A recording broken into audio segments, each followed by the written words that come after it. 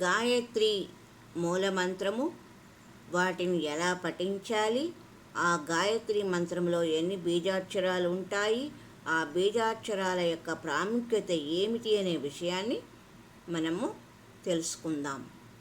ఓం ఓం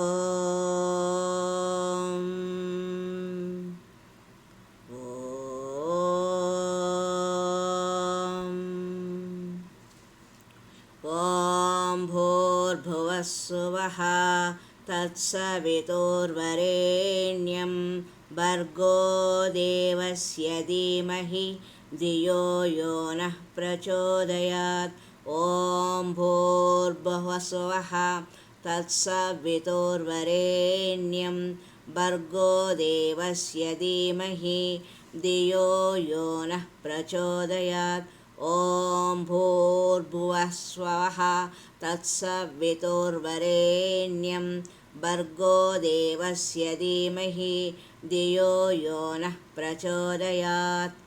గాయత్రీ త్రాయతే ఇతి గాయత్రి అనగా జపించేవారిని తరింపచేస్తుంది కనుక ఈ మంత్రాన్ని గాయత్రి మంత్రము అని అంటారు.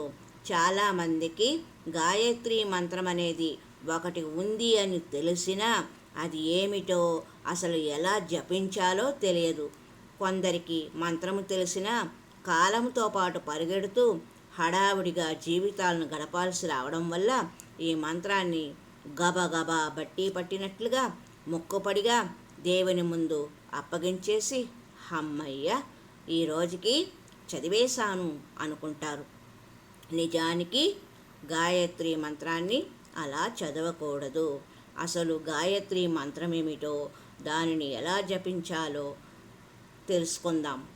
గాయత్రి మంత్రము అంటే ఓం భూర్భువస్సువః తత్సవితుర్వరేణ్యం భర్గో దేవస్య ధీమహి ధియో యో నః ప్రచోదయాత్. ఓం భూర్భువస్సువః తత్సవితుర్వరేణ్యం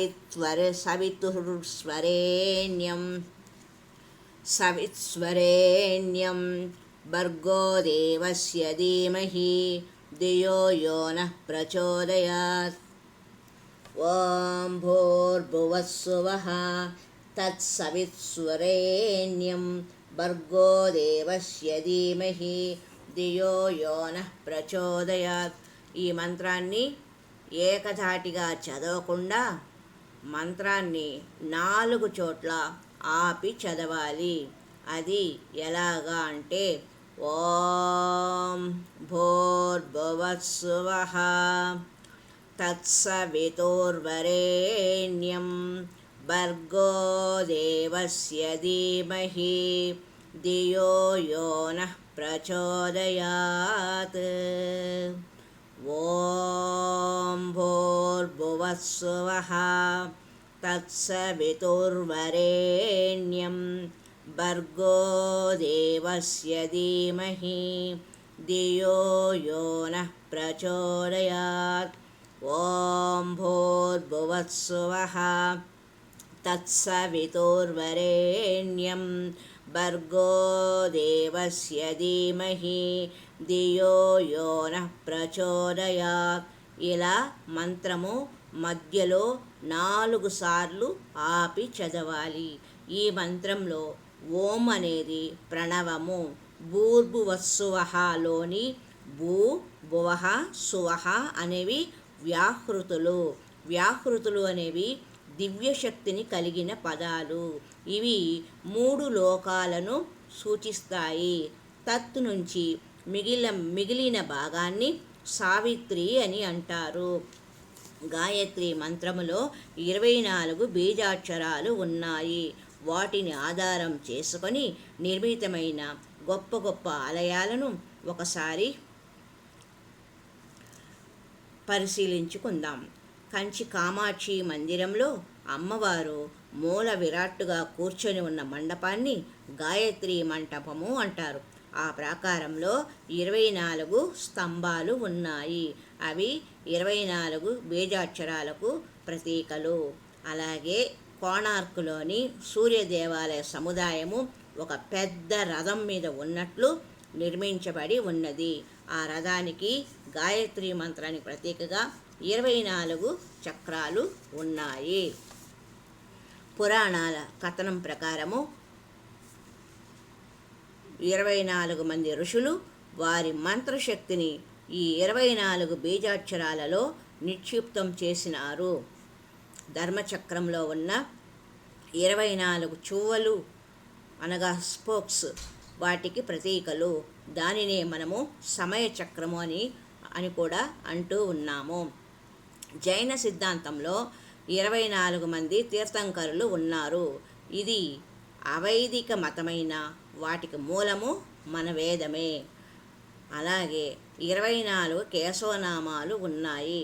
దామోదరాయ నమః, ఓం అచ్యుతాయ నమః, ఓం అనంతాయ నమః, ఓం గోవిందాయ నమః, ఓం వాసుదేవాయ నమః, ఓం ప్రద్యుమ్నాయ నమః, ఓం హృషికేశాయ నమః.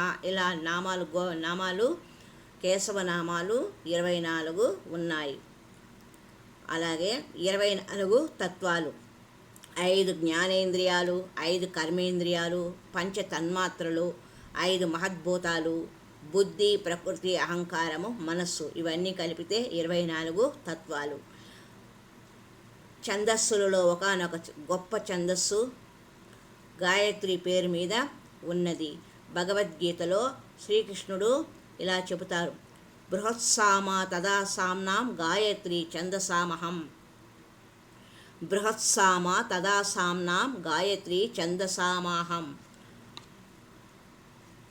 అని శ్రీకృష్ణుడు భగవద్గీతలో గాయత్రి యొక్క ప్రాశస్త్యమును తెలిపారు. అలాగే రామాయణంలో 24,000 శ్లోకాలు ఉన్నాయి. రామాయణము గాయత్రి మంత్రాన్ని ప్రతిపాదిస్తుంది.